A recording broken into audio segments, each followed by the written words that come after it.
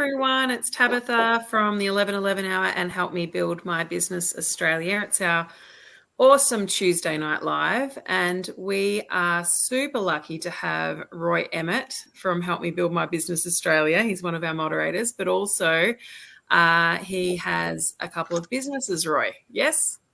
That's correct, yeah. I've been in the bookkeeping game and accounting game for 25 years, and I have two businesses, one called Business Management Geelong, and the other one which is targeted more to the younger entrepreneur, business owner, sort of between the age of 18 and 30, called Humanising Money Matters, which has a different play on trying to destigmatise the fear and paranoia around understanding and controlling what you do, particularly at an early age. Yeah, no, but, such an important. It's been fun so far. Yeah, such an important business, that one, because I know we were talking about we're talking about a little bit about that before we came on live. So, you've been a big part of Help Me Build My Business Australia from the very beginning. So it's been awesome. Thank you for that. It's been fantastic to be a part of it, because I just have really enjoyed seeing people respond to the different tone of networking.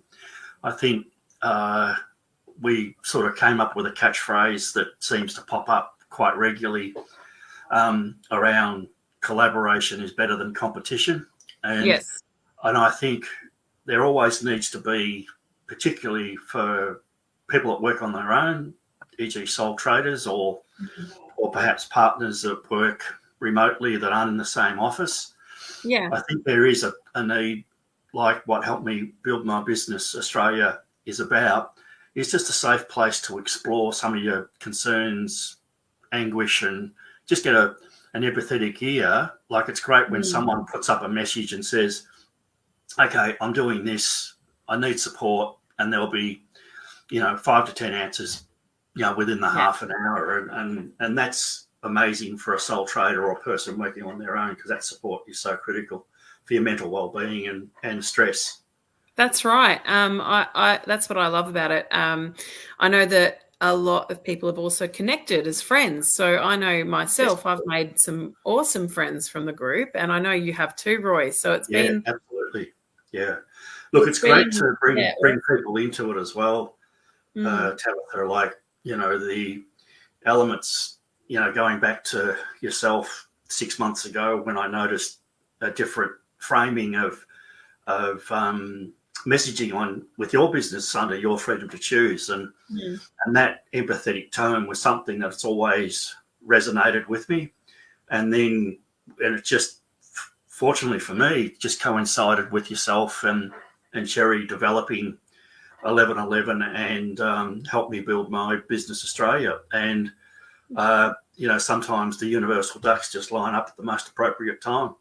It really did. It was the 11th of November at probably about 11:11 p.m. at night when we actually started Help Me Build My Business Australia. So that is, that's an alignment there. So something meant to be. I think also too, your dynamic and a number of people in the group that are working from home, have children, have competing priorities, and often will be doing their best work at 2:00 in the morning, which I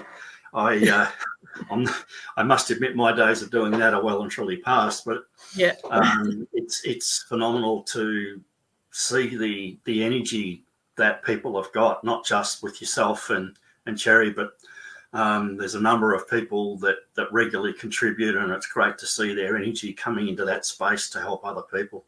Absolutely. And that's the whole point of why it became a thing. We set an intention for 2024 to help other people in business, and it's unfolded from there. So it's been super exciting and awesome to get to know many new people and learn new things. I mean, how many awesome experts are we exposed to on a daily basis at Help Me Build My Business Australia? It's incredible. Well, I'm also enjoying seeing that flow over into the 11:11 marketplace. So many talented people. And I'm going to give her a plug, but I've put in an order with Kate Cook for my Tree of Life. really admired when we were recently on the weekend celebrating Phoebe's birthday, I did notice your tree of life on the wall, and I thought, the photos are great, but seeing it as it is just took it to a whole new level. I know. I'm in awe of that piece of art. It's absolutely beautiful. For other people it's who don't know, when you see the work that Kate puts into that to produce that outcome. And today I got an update. She's wonderful. She's already onto it, and she's sending me photos of the progress. And there's nothing more than being included in the journey, because often, the online experience, you'll sit down and, like, my online experience is going to Dan Murphy's and ordering a case of wine. So I'm pretty sort of low key in that area. Yeah. But when you see something really interesting and intricate, you go, wow, that's just great to see. And another one I find really interesting too is Amanda Dooley from Phoenix Sewing. Her creativity around the different products, the different schemes, the different sort of fabrics and ideas she puts together. I think particularly whether it's for young children or adults, I think that's really amazing as well. So there's just so much good stuff going on. Yeah, Amanda puts a lot of effort into her fabric choices. She even allowed us to choose some fabrics, exclusive fabrics for the 11:11 hour store, which is amazing. Yeah. And for anybody listening that hasn't seen Kate Cook's work or Amanda Dooley's work, head over to 1111hour.com.au because it's worth having a look at. Yeah. Anyway, we better get stuck into it, Roy. Yeah, what I'm really keen to talk about tonight, Tabitha, is how how your mental health can be impacted by stress around financial management, and also to the other side of the equation, if you have mental health issues, how that can impact your capacity to earn money. So there is very much a combined, proximity to both these issues. It's kind of almost like which side of the fence you're on, whether you're not earning enough money to support your business or to support the lifestyle you want, or there's been some external shock outside your business, which is making it fearful around, gosh, I'm so run down, I'm so tired, I can't keep my business going to earn money so that I can get by. And it's a really, and again, because it's one of my pet topics, because I've been on that journey myself, and it's just little tips to sort of try and understand, or some sort of protocols you can go to try and de-escalate or decompress that stress. Okay, well, I'm on board. So who is Roy Emmett? Let's start there in a nutshell. Who is Roy Emmett? Wow, yeah, that's quite a journey. I'm in my 66th year, but I've been doing accounting and bookkeeping since 1998. My initial career was in warehousing logistics from the age of 23 to 38 when I got retrenched, and didn't even know how to turn a computer on, so headed back to TAFE. And my brother is a tax agent, and when the GST came into being, he tapped me on the shoulder and says, look, you better learn accounting because I'm going to need some help. So I worked with him for about 18 months. And then as the GST and everything got bedded down, he didn't have enough work for me as a full-time employee. So I worked for a couple of other firms for another 12 months. And then towards the end of 2002, started out on my own. And as they say, the rest is history.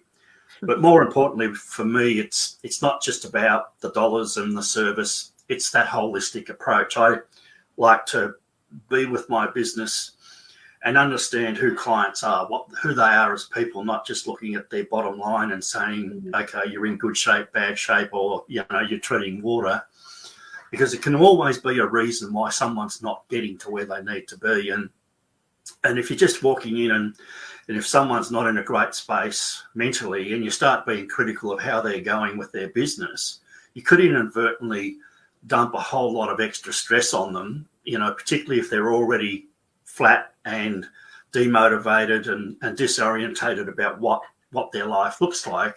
the last thing you need to be doing as a service provider is heaping more on, pouring more kerosene on that fire.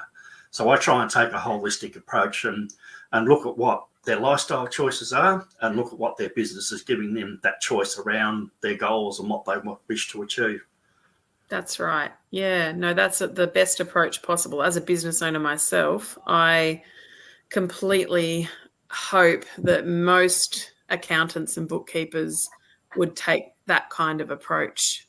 Do you think that that is something that's true or false? No. Your service provider, Lauren Phillips, is it? Is she? Yeah. Lauren Bromley of Bromley Phillips. Oh, Bromley. Yeah. Sorry, Jane Phillips. Yeah, sorry, I got that wrong. Yeah. Sorry, Lauren.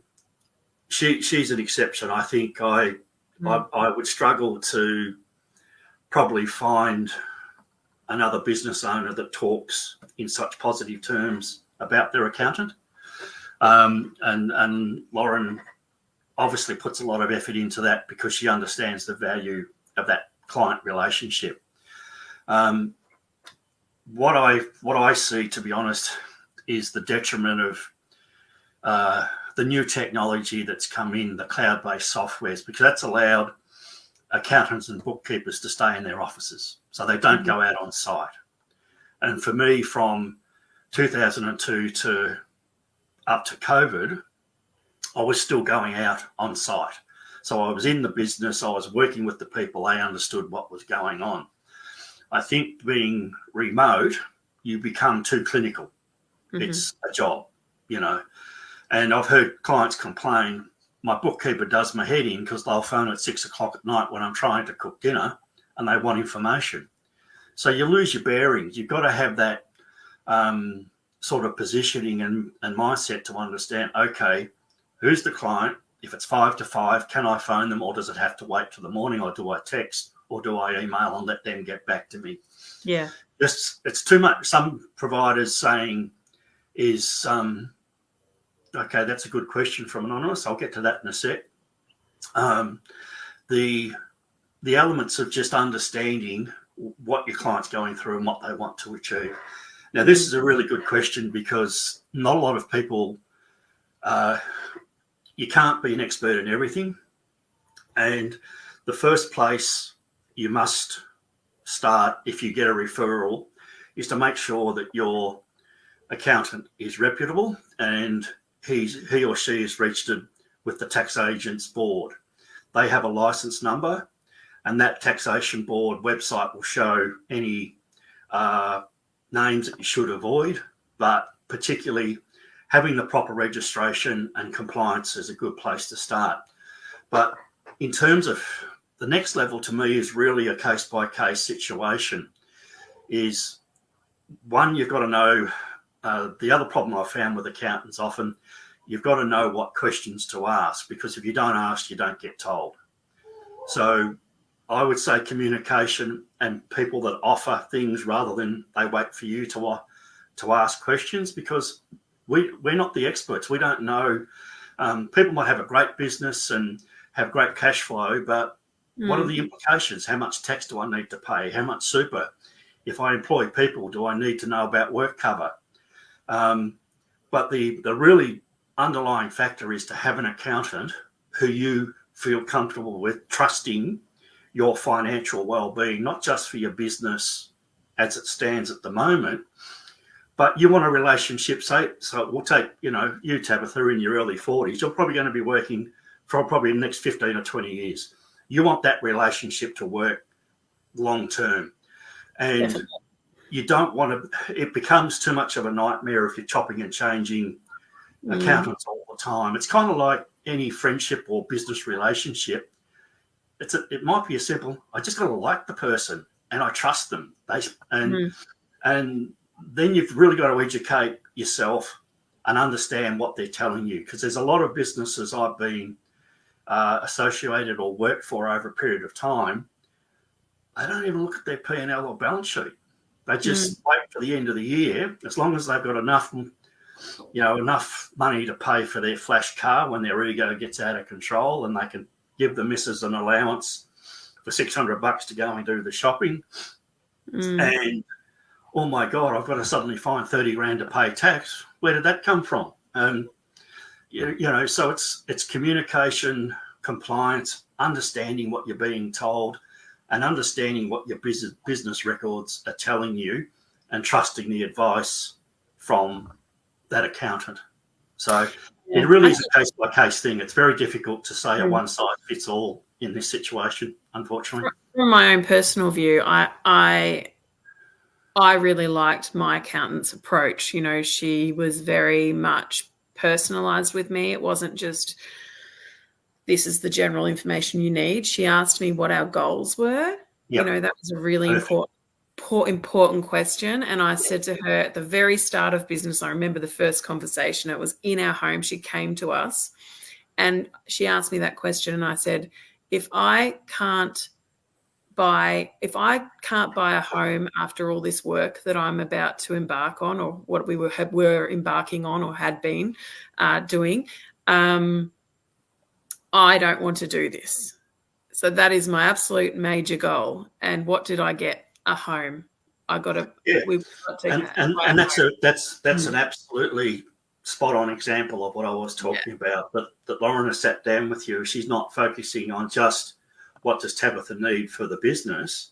She's looking to say, okay, Tabitha, what are you looking for the business to deliver to you? Correct. Yes, correct. And that sort of gives me a bit of an opening to my pet topic and sometimes the most hated word called superannuation.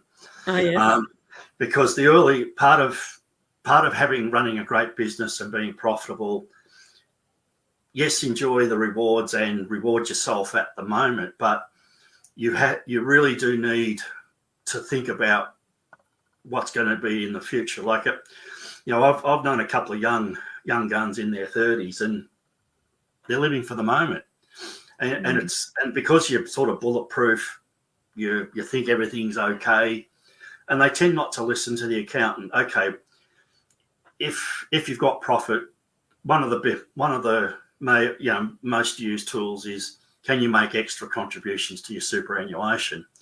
And a lot of young people say, why? I'm not going to have that for 30 or 40 years. But I'll guarantee in 30 or 40 years' time, they'll say, yeah, should have listened to the accountant. So for me, you explaining, the connection with Lauren, and how long have you been with Lauren now? From the very start of business, basically. So 6 years. Yeah, fantastic. Yeah. That's the exact again, a great example of what I'm talking about, because you kind of grow with the business, and you grow that relationship while the business is growing and moving on to bigger and better things. Yeah, well, let's start off tonight with one of the main topics, which is super important, and it does connect to your money, and it does connect to everything. It's what we should value most, and that's our mental health. Yeah. Let's get to the next slide. So the importance of recognizing when things just don't seem right. So can you speak on that, Roy? Yeah, look, having been back in September 2012, after 18 months of not really knowing, being angry, pissed off, sad, crying, all these things, I had no idea what was going on with my life. I just thought it was a phase I was going through. And it wasn't until September 2012, I spent 3 days on the couch under a blanket, and there's only 2 things I did, was to get up to go to the toilet and to feed my cat, Dougie, the office supervisor. And then on the Monday, I've gone, this is not going to be my life. I need to get help. And that was the turning point. It's taken a long time, because there was, stuff that that not really relevant to share, but I'm sure we've all had external shocks or trauma we didn't see coming. And because it destroys your trust and your confidence and your self-esteem, everything sort of can fall apart. But part of the initial, this particular statement is understanding depression, anxiety is not a seasonal illness. It comes at any time. It doesn't discriminate between successful or unsuccessful or disillusioned people, anyone can be hit with it at any point in time.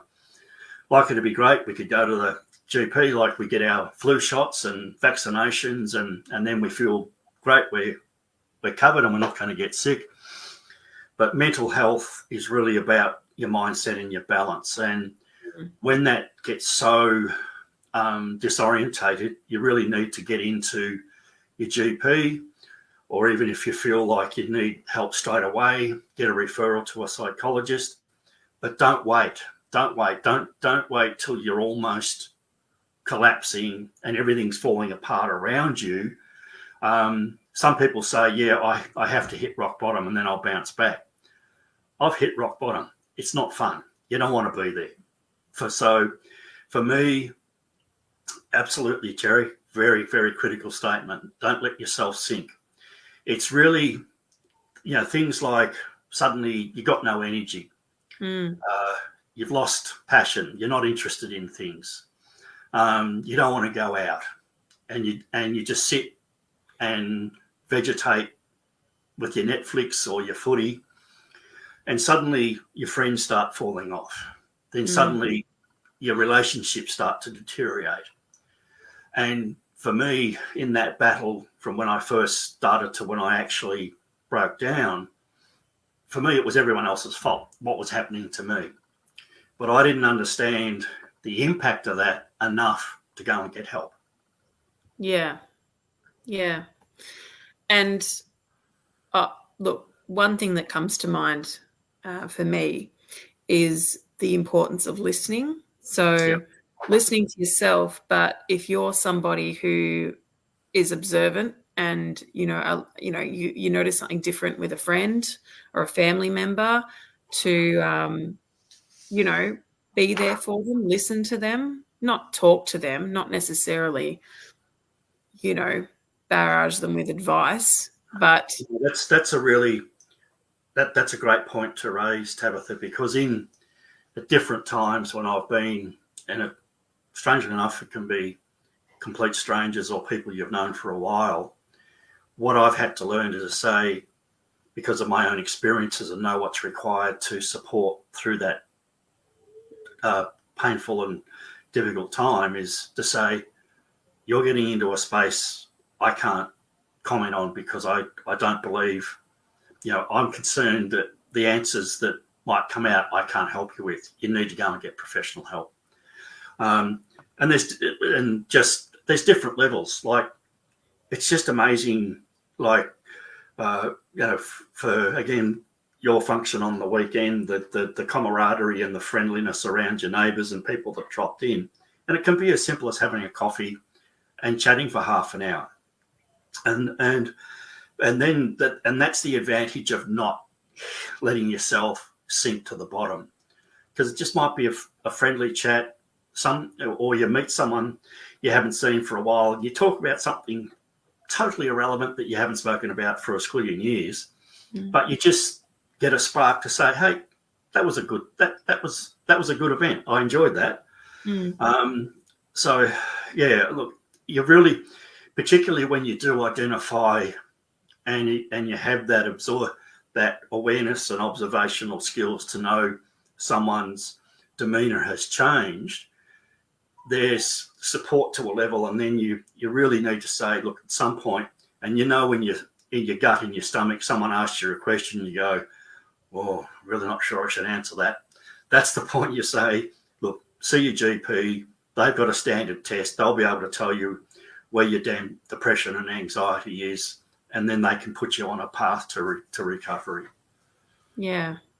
Do you think that every person should have, we're not all blessed with great people in our lives at all times. I know that sometimes we have toxic people in our lives and they're not what I'm talking about, but is it important to have a safe person or a safe people, a group, or even 1 to 2 people that rely on? It's almost a bit of a case-by-case thing. Because I've never married and nor have I had children, Dougie, my office supervisor, became my care pet. gave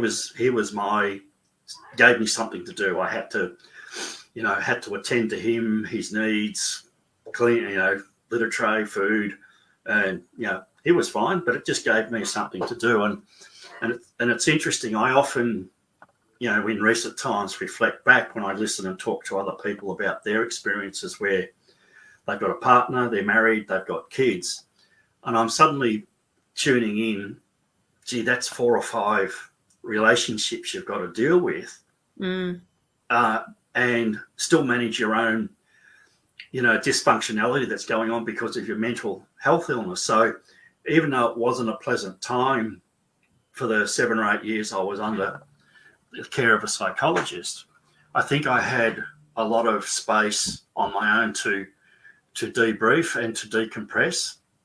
And what I did was to learn from the psychologist and then go out and put into practice some of the things we spoke about. So, my favourite catchphrase, Tabitha, lived experience. While a psychologist, GP, counsellor can give you guidance, and that's critical in facilitating your recovery, particularly if you need, medication. It's really essential that whether it's one person, as you say, a safe person, a good friend, but the bottom line is trust. You've got to know that story's not going anywhere else. Yeah. The thing that I really want to, I'm just looking at my notes. One of the things that's really important around your business, don't share it with your one-off clients, people that you see once every 12 months. There's no value in that. Because the other thing that you really need to think about with your mental health is you don't want to be telling the story over and over again, because it just traumatizes you again. If the great part about having a safe person, if you're at that level, or a psychologist, or under your care of your GP or a counsellor, is they will step you through the recovery. So you're not always going back. If you've met 7 strangers, you're always going back to the start of where things started to go pear-shaped. And while, yes, that's yours, you own it and you have to embrace it and live with it, at some point you just want to leave it behind. It's done. It wasn't a great time of life, and I'm here. So it's really and I'm really feeling that, thanks, Brad. I really feel that you've got to be really careful about family. There's I know, Tabitha, what a great relationship you have with your brother Brad, and that's one of the better ones. But often in my own experience, except for 2 cousins, I had family and extended family who either ignored me altogether or mocked my mental health. So that was part of the reason I ended up in Geelong, because there was no way the friends and family that I had contact with were going to give me the support I needed to recover. Yeah. So it's really, and I kind of had to get the approval. Like I said to them, I'd been in treatment for about 18 months, and I said to my psychologist, gee, I really want to get out of Melbourne. I've had enough. And she says, you're not ready. You can't do that. You can't make a major decision where you're at the moment. And it was probably one of the first times I realised I'm very much an emotional decision maker. And that's a lot of the flight and fright confrontation I've had in the past, because I've never been able to deal with confrontation or aggressive confrontation. I just want to get away from it. And so it was another 6 months, but she stepped me through various processes to where I was able to manage that process. And 9 years later, here I am talking to you and telling a story that I'm hoping will be really helpful for people. But in terms of your business, share it with your clients or customers that you see all the time, because they're going to be privy to your ups and downs. But you don't have to give them the whole story. My goal was that whatever my day was like, I still had to do a job. Yes. And that that discipline gave me a foundation that I could control. Because often where mental health, you come unstuck, is that you feel a complete loss of control. And that's where perhaps I was lucky when, going home to just to Dougie and feeding him and attending to his needs. I didn't have to then switch into family persona, communicate with a wife, communicate with kids, because I'm just, at the end of the day, I'd be so drained just getting through the day and making sure that I'm doing my job that I had nothing in the tank once I got home. Yeah, I think a lot of people watching would actually really relate to what you're saying. Yes, you're a single man, right? Yep. Yes, you've got Dougie that you obviously had to tend to, and you would never not tend to him. So you knew that he's got his own portrait. You can see that behind my head. Oh, yeah, nice. But a lot of us have families at home, so we have to show up for our families. Correct. You can't just hide away. You've got to still do certain things. But I do also see merit in a person, like a family person, so somebody that's got a family like me, doing regular audits on their life and seeing what's actually important and what's not. So there is always ways to maneuver things, but you've got to keep up your responsibilities at the same time. So that's what I would add to that. On that note, I want to come back to a comment Cherry made a bit earlier. This is why it's so important not to let yourself sink to the bottom, because that's the one. Thank you, Cherry, because you've always got to have something in the tank. Like for me, it was decompressing and getting ready for the next day. But again, if you've got a partner, 3 or 4 kids, say from 8 to 15, their perception of what mum or dad might be going through with their mental health is really far. Well, sadly, some young teenagers certainly know a fair bit through cyberbullying and other things that their life experiences, but generally they're not really tuned in to the ebbs and flows of mum and dad's mental well-being. And that's why I can't stress enough, if either partner is really, really struggling with mental health, they must have the support of the other partner. Yeah. It's not, you cannot turn around and say, it's your problem, you fix it. That's just like pulling the carpet out from underneath your feet, because, marriage is what they say, for better or worse, sickness and in health. I know it's old school, but to me, particularly in this space, those words are really critical, that we can't sit in our own lane and think, well, it's not impacting me, they'll work it out and I'll just keep doing what I'm doing. You're not doing yourself any favors. And then if you have that approach, sometimes you get resentful that your partner's not responding when you want them to be fun, want them to be up and about.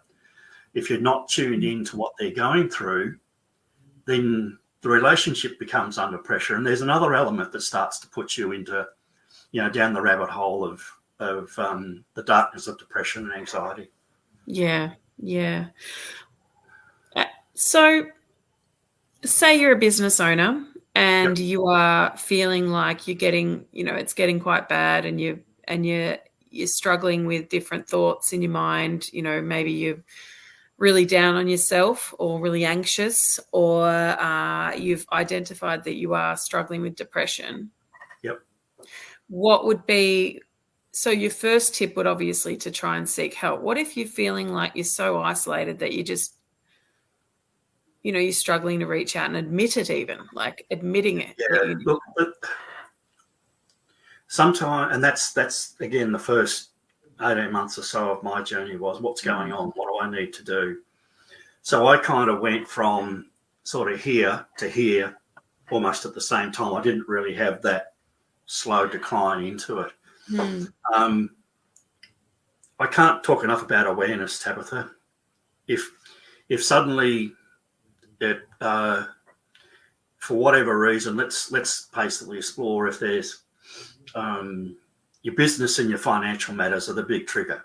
And if for some reason suddenly your business is under stress, you've got to make a decision. If you excuse the terminology, but if you're flogging a dead horse, get off it and go and get a job. The decision making around, and even getting rid of toxic clients. Like I've had some interesting challenges while I've been in Geelong. And if I had the experience now that I did 4 or 5 years ago, my outcomes would have been quite different. But it's kind of like realigning the foundation and the brick wall that is your business. Because we build it up and this is what it looks like. And suddenly you don't recognise the wall. You don't recognise the building blocks. But you can see flags like, gee, that person's really negative, or that person's really busting my chops. They're always bitching about my bill. And they're not seeing about the value that I'm actually bringing to their business. Tick, get rid of that one. And then go through, say you've got 10 regular clients. And there you go to that. You always they always have a smile on their face. They're always happy to see you. You know, take them into your inner sanctum and say, hey, look, I'm not really feeling the best. Are you okay with what I'm doing? Is the output meeting your expectations? Because the sad reality, Tabitha, even though you're going through this turmoil, you still have to do a job. You do. Because if you lose that job or you lose your business, there's another layer of financial stress. There's another stress for financial matters that will also inhibit your recovery. Yeah. So for me, look, I can't talk from a corporate perspective, but particularly for sole traders like myself and yourself and the team you've got around you, talk to trusted confidants, for want of a better word, clients that you can trust. Because if you've, say, let's use a random figure, say $100,000, you're providing a service and you know you're struggling and you have to let some business go. And you've identified, okay, I've done my budgets. I need about 60 grand to just get by. Yes. And you identify those clients that will give you that 60 grand. And you go and talk to them individually and saying, look, I have to be honest, I'm under a bit of pressure with my mental health, but I also respect you have expectations that I'm going to deliver an outcome that you're happy to pay me for. So I need you to be aware that this is in my background, but I give you the assurances that when I'm here in your space, I'm 100% committed to what you want from my services. Yes. And once you get that out, and then you have a week, a month, 6 months where these, say, 6 to 8, 10 main clients are in your corner, the wheel starts to turn. And you can see that you still got money coming in. You see you can still pay your bills. And then that just gets rid of a few dominoes, so you then can start to work to alleviate that emotional drain. You can then maybe start to deep dive into the real issues that are putting you in this particular position and state of mind. Sure. No, that makes a lot of sense, Roy. I know that you shared with me over the time some unexpected lessons that you've come across, so surprises that you didn't expect to see. What are they? Yeah, look, I'll go back to the start. And this is the awareness around your mental health. I didn't know what was happening to me. As I said, I just had all these emotions, and it was because I felt I'd been wronged by my family, I'd been wronged by friends, and I was angry. And then what I didn't realise was I was going down the rabbit hole into depression and anxiety. So I know we've gone over it a couple of times already, but I can't stress enough. If you feel your behaviour, you feel your well-being is totally out of whack with what you feel you normally are as a person, that is the quintessential starting point to say, hey, even your GP you can have a quick conversation, and he or she will say, okay, yes, you've got awareness, and this is what I suggest. But for me, looking back on it, that sort of 12 to 18 month period where I had no idea what was going on for me was just a real, when you go back and look at it, was something I thought, wow, if I, again, and this is what I mean, that it's not like having the flu or a cold. Each winter, if you get a cold, well, you know what you got to do: vitamin C, plenty of fluids, rest, and whatever. Depression can be resolved with exercise, fresh air, limiting your alcohol intake, eating well, getting rid of negative people in your life. But for me, even now, 12 years down the track, anxiety triggers are something that I work at every day to stop myself. Anxiety is to me, anxiety is the demon, because you can be talking to someone and they might say something inadvertently that's totally innocent to them, but because you've had that trigger from a traumatic experience, whatever stage of your life, suddenly you go into an anxious state. Yeah. So, that awareness of what's going on at the start, what you need to do to facilitate your recovery, and then what you need to do just to make sure that you're safe in real life. Yeah. And as I got a question, what are your top 3 tips to make managing money less stressful? Okay. There are some simple things that you can do, but some people have trouble fundamentally understanding finances. They don't get the numbers thing. They don't understand the impact, and they live pay packet to pay packet.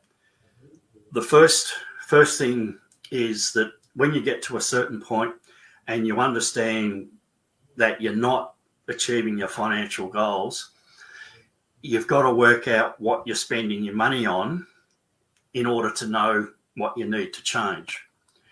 And I'm happy to. I've got templates and examples that I can share on the Help Me Build a Business website or Facebook page, or if you want to direct message me, I can send them straight to you.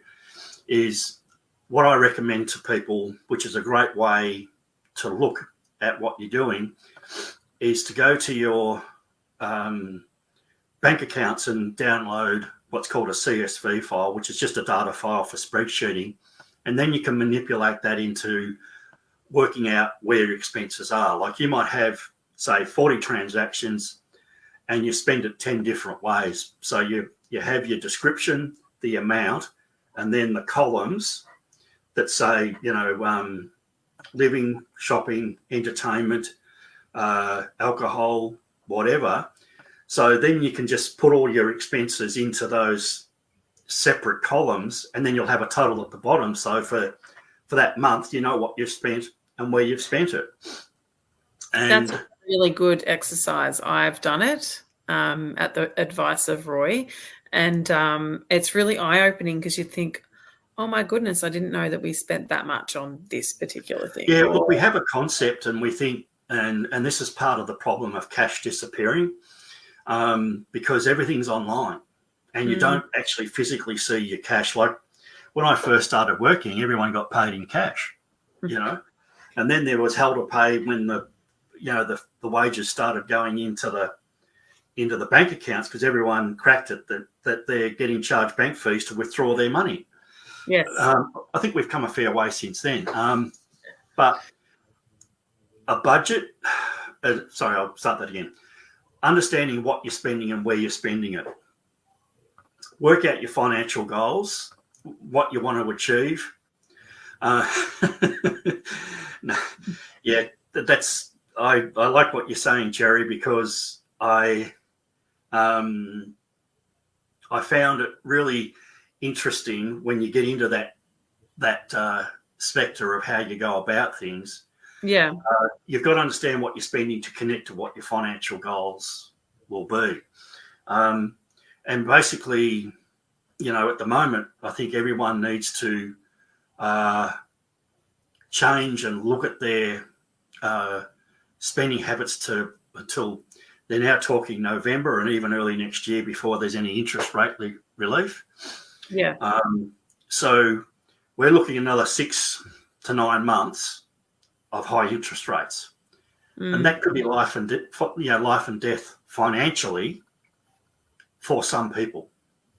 Mm-hmm. So it's really important and to sit down and have that financial discipline, and it's going right back to basics and just working out if you and your partner have got $3,000 a week of income coming in, and at the end of the week you've got nothing left, you really need to sit down and work out where you're spending it. Because my Achilles heel, and it's no disrespect, is this wonderful business on the corner of Kilgour and Yarra Street in South Geelong called Untitled Cafe. A shout out to Alex and Chance and their staff. They make the best coffee and breakfast buns. Everything's fresh. There's no Bain Marie. And if you're feeling a little bit decadent, try the caramel slice with a half-inch thick of chocolate on top. But I digress. Sorry, Roy. I'm going to have to jump in and say that's our next place we're going for. Absolutely. And you know, it's great food and I love it, but it's $20. Mm-hmm. You know, I'm not cutting it out because I don't have that external pressure of a huge mortgage or family to support. As long as I keep Dougie away from the vets, I'm a happy man. And that's the hard part about, you know, rejigging your financial aspirations, because often it's the little rewards like, and, you know, Joe Hockey was famous for it.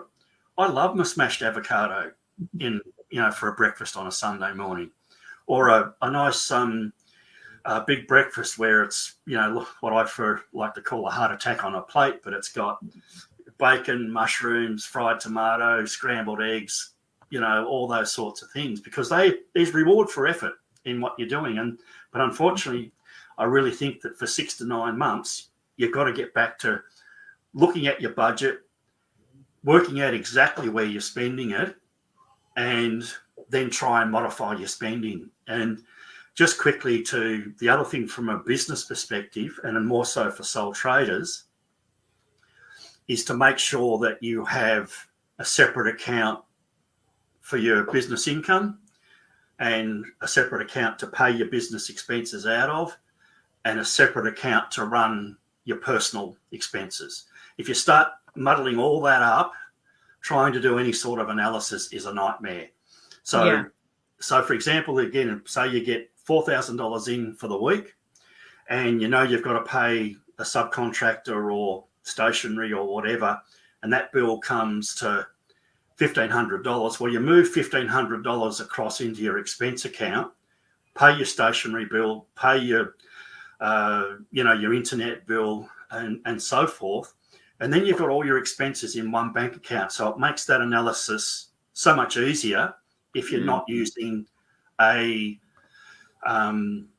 cloud-based software yet. And that's a story for another time. But so 100%, you know, great statement to make is, again, when I said a little bit earlier, if you're in control of your finances, that just takes away a lot of emotional pressure on you so that you can put some energy into the other parts of your life that need to be looked after.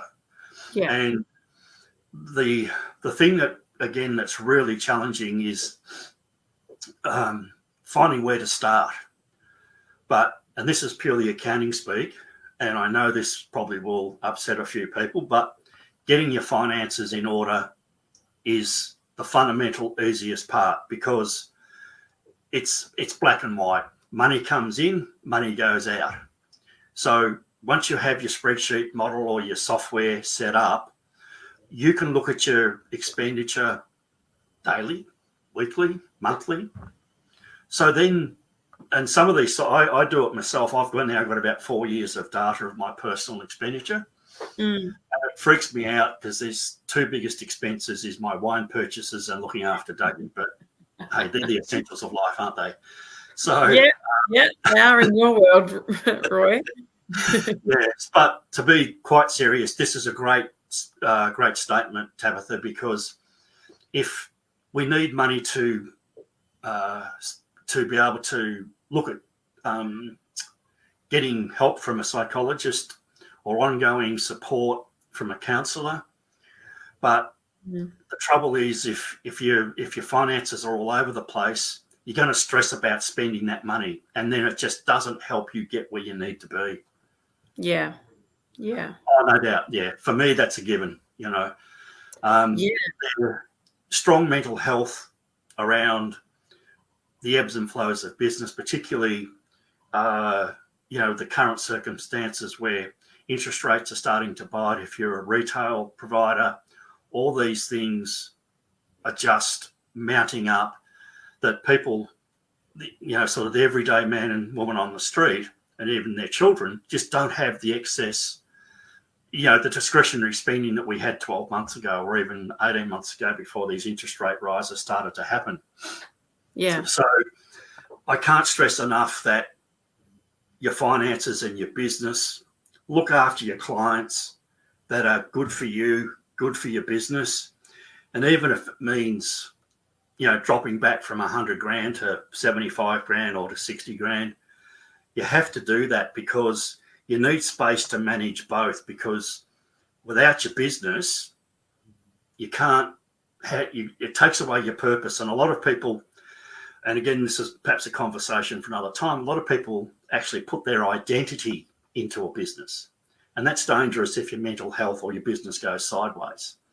Yeah. But I can't stress enough that, unfortunately, it's a sad fact, we're under-resourced in the mental health area. I've just been on a Medicare health plan. It gave me 6 sessions to help towards costs of $225 a session. When I was in Melbourne, it was costing me $150 a session, and I was able to fund that through private health cover because it gave me $115 back. But now my health cover's changed, and even with the Medicare thing, I'm only getting $80 odd back, so I'm out of pocket about $140. Yeah. That help in itself used to be 10 sessions, now it's cut back to 6. So education, proactive care about your mental health will put you in a great place to manage the ebbs and flows of a business. When it's good, it's great, but give you the resilience to work through the tough times when things aren't so easy and so straightforward. Yeah. We've got a question. What's better, putting your money in a savings account or investing it? Jerry, it comes back to your budget, what you've got available. Like, hopefully she won't mind me saying, but Zoe would be a great person to answer this. She puts $20 a week into her super, and she puts $10 a week into a micro investment. It's better than nothing. Because of her age, mid to late 20s, that's going to give her a whole kick along in 30 or 40 years' time. Savings is about being prepared for what you might need now. But again, even with superannuation, put your $20 a week into it. It's only $1,000 a year, but a young person, if you do that for 20 years, that's an extra 20 grand that you've put into super that can be invested on your behalf. And the other thing with super is it's got the great tax-effective tax consequences that are really helpful when you get towards retirement. But we might need a specialist financial planner to have that conversation at some point in time, because those rules are changing all the time. So yeah, to answer your question, Cherry, have an emergency fund and try and keep. Again, I would put $20 a week into that, and then try and find a way to put $20 a week into super for yourself. And then that just gives you a foundation. And please, when you're using, taking your superannuation, please look at your annual statement so you know what's going on. It's surprising the number of people what, annual statement? What's that? And you go, okay, we've got a bit of educating to do here. But some funds send them out every 6 months, but generally every fund probably, so the end of the financial year is 30 June. Generally by the end of September, you'll get your annual statement. So just don't put it in the bottom drawer or worse still, straight into the recycle bin. That's your security, that's your financial future, and that's your retirement. Because particularly, Tabitha, for you, in 20 years' time, who knows what the pension's going to look like? And one thing that I always like to try and say to people in these financial discussions is, at 50, 55 or 60, if you're working, work because you love your work. Don't put yourself in a position where you're working because you have to work, because then so much resentment builds up and you get frustrated. You just say, geez, I hate being in this position. And there's another avenue for your mental health to go down that rabbit hole around depression and anxiety. So I guess my one final piece of advice around your mental health business is never give up, get help, and take an active interest, not only in what your finances are doing now, but have some scope and thought about what my future might look like when I turn 60, 65 or 70, when I want to stop working. Yeah. I also want to add one thing. It's okay to outsource. So if you're not great with money, if you're not great with, or you don't know how to do what Roy's talking about, reach out to somebody that can help you, like a really good accountant. Go back to the beginning of this live, and you'll hear all about the tips on how to find yourself a good accountant, how to identify who is a good fit for you. Talk to people like Roy, who's awesome at explaining it in a really simple way. We've got an anonymous question. What can a parent do that has missed out on being able to work and contribute to super? That is one of the biggest problems our superannuation system faces at the moment. Unfortunately, for people in their 50s and 60s now, it's a challenge unless you're working to get your 11% contributions on your wages now, or 11.5% from the 1st of July. Particularly for parents now, admittedly it's not coming into the 1st of July 2025, but there's going to be the government now going to pay on the government paid parental leave superannuation. The question around the question what you've put forward is just a conundrum so many people are facing, because particularly my generation, there's a lot of mums who stayed home and looked after their kids, and the problem is compounded also in their 50s and even 60s. People are now getting divorced, and the wife is left with nothing, and sadly that demographic is the fastest growing homelessness demographic in Australia. And the question around parents on your own, there's not much choice other than trying to get a job and going back to work, because the government handouts or supplements or welfare payments, they're just a safety net. They won't give you any real sort of ability to put money aside. There's no silver bullet here. It's just a really difficult situation that it's been highlighted by domestic violence issues as well.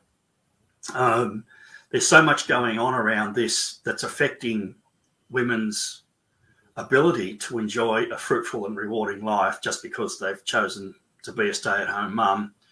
Or not chosen, Roy. Sometimes we've got kids with disabilities, or, different reasons why we cannot work, maybe our own disabilities.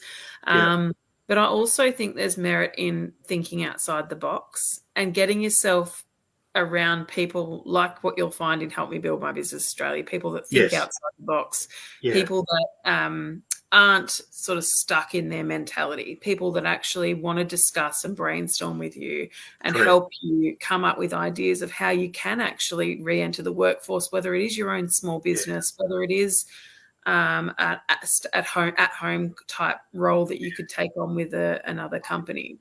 There are other ways, but I know I do recognize that it's not always perfect and it's not always possible. But there could be an option for you if you're listening and you're like, and as we're nearly drawing to a close, my communication is open. If there's any, I'm hopeful the story and the information and my experiences I've shared tonight have given you some insight into everything. I try and say to people, every problem can be fixed. That last question, that's a work in progress, and that requires government and business intervention to look after people who are falling through the cracks or who have had circumstances denied to them to give them an appropriate retirement. So I'm certainly available through my website or Facebook. Just message me. I'm more there. If you would like to, I have a Zoom account. I'm happy to set up some FaceTime. And I'm doing this particularly for the Help Me Build a Better Business Australia members and 1111. I sit down for the first hour and I just have a chat. I don't charge for any of that time. Because as I've said to Tabitha many times, and I had a most wonderful experience talking to her uncle on the weekend at the function she had on Sunday. I just get a huge buzz out of talking to people and helping them understand that with a bit of work, we can find solutions. We can. Yeah, we can.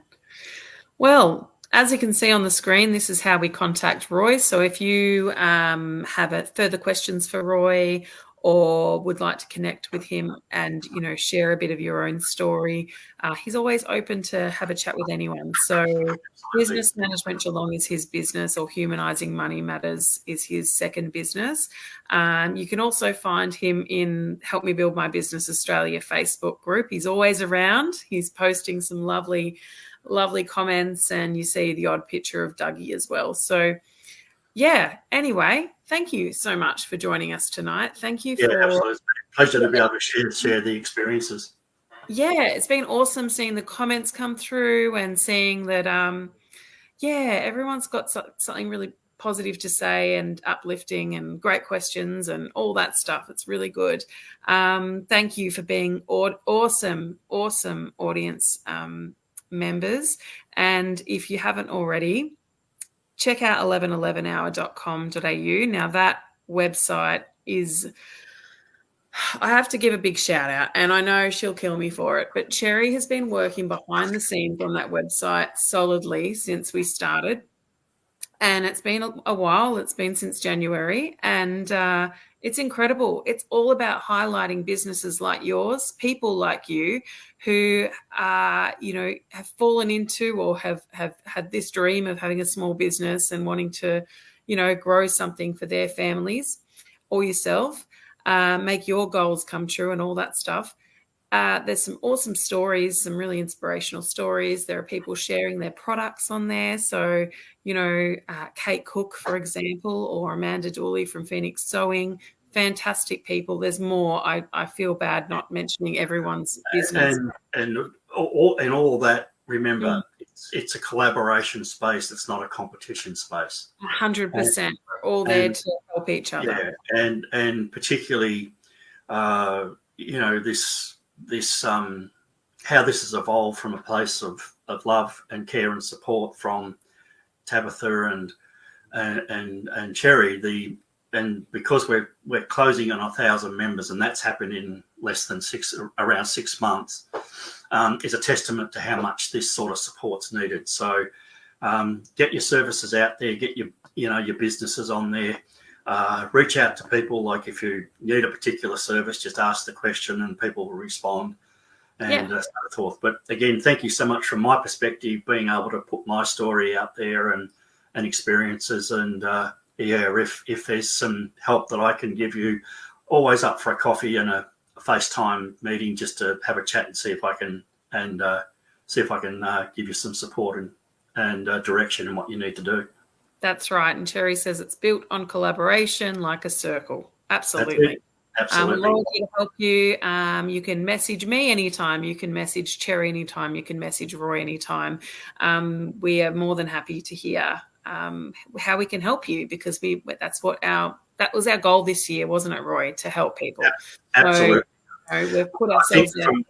I just think, again, to finish, there's just so many people that have, come into my life, and the other one that you and I spend a bit of time with is Corinne Mile from South Australia. She's lovely, and her furniture repurposing. I've still got to try and work out a way how I can get 2 old chairs to Adelaide for her to work on it. There might be a road trip in there somewhere because she's not far from the Barossa Valley, so that's another incentive to do it. Let's go, Roy. But yeah, there's just so many things, in my sphere that I've never been exposed to, and it's an awesome space to be actually offer people advice and support, a bit of humour, and above all, I know Dougie's loving being a superstar. So he is a superstar. We love Dougie over at the group. That's it. Yeah. All right, well, let's wrap up. Thank you so much again to everyone that tuned in, everyone that's listening on the replays, on Spotify, on YouTube, all the works. We're on everything now. So thank you so much. Have a really lovely night. Bye, everyone. Thank you.